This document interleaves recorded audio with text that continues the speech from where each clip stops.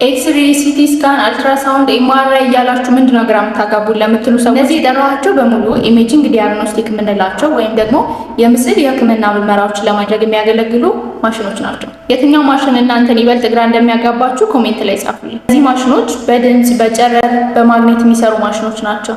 ከነዚህ መካከል ጨረር የሚጠቀሙት ኤክስሬ እና ሲቲ ስካን ናቸው። ኤክስሬ 2 ዳይሜንሽናል ፊት ለፊት የሚታይ ምስል የሚሰጥ ማሽን ሲሆን ሲቲ ስካን ደግሞ 3 ዳይሜንሽናል ሊሆን በሶስቱም አቅጣጫ ምስል የሚፈጥር ማሽን ነው። የአጥንት ስብራት አደጋ ሲኖር፣ ጭንቅላት ውስጥ ደም መፍሰስ ሲያጋጥምና የደረት ህመም፣ የሳንባ ህመም በሚኖርበት ሰዓት በትክክል በሽታውን ለመለየት ያገለግሉናል። አልትራሳውንድ ደግሞ ስሙ እንደምንረዳው ድምፅን በመጠቀም ምስል የሚፈጥርልን ማሽን ነው።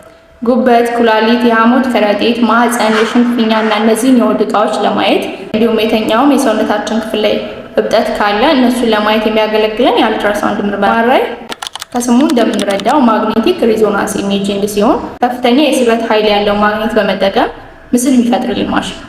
የአንጎል ክፍልን፣ የጀርባ አጥንትና የነርቭ ችግሮች፣ ካንሰር እጢዎችን እንዲሁም ደግሞ የመገጣጠሚያ ችግሮችን ለማየት ያገለግለን። ከእነዚህ ከዘረዘርኳቸው የምርመራ አይነቶች ውስጥ የትኛው ውድ ይመስላችኋል? እስኪ ሀሳባችሁን ኮሜንት ላይ አስቀምጡልኝ። እዚህን አይነት የጤና መረጃዎች በየጊዜው እንዲደርሷችሁ ሰብስክራይብ ማድረግ እንዳይረሳ። አመሰግናለሁ።